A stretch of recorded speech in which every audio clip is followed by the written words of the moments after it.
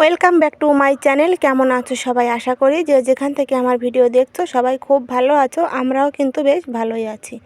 আজকে কোনো blog video নয়, আজকে হাঁসের ডিমের একটা রেসিপি তোমাদের সঙ্গে শেয়ার করব, নারকেলের দুধ দিয়ে। খুব টেস্টি একটা রেসিপি। তোমরা সঙ্গে থাকো আর পুরো ভিডিওটা দেখতে থাকো। আশা করি ভিডিওটা তোমাদের অনেক বেশি ভালো লাগবে। ডিমগুলো কিন্তু গতকাল এনেছিল, আমি ফ্রিজে রেখে দিয়েছিলাম। ফ্রিজ থেকে অনেকক্ষণ আগেই বেরিয়ে রেখেছি। তারপর আলু কেটে নিয়েছি, ডিমগুলো ভালো করে কলপাট থেকে ধুয়ে এনে তারপর সেদ্ধ করে নিয়েছি।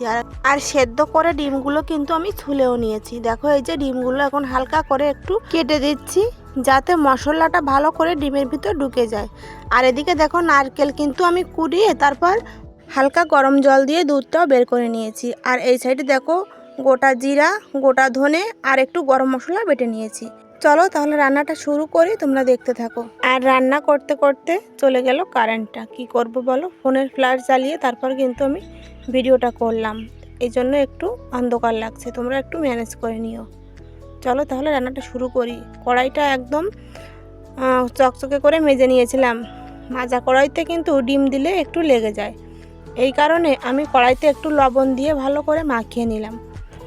এখন আমি একটা একটা করে ডিমগুলো কড়াইতে দিয়ে দেব। আর ডিমগুলো হালকা করে ভেজে তারপর তুলে রাখবো।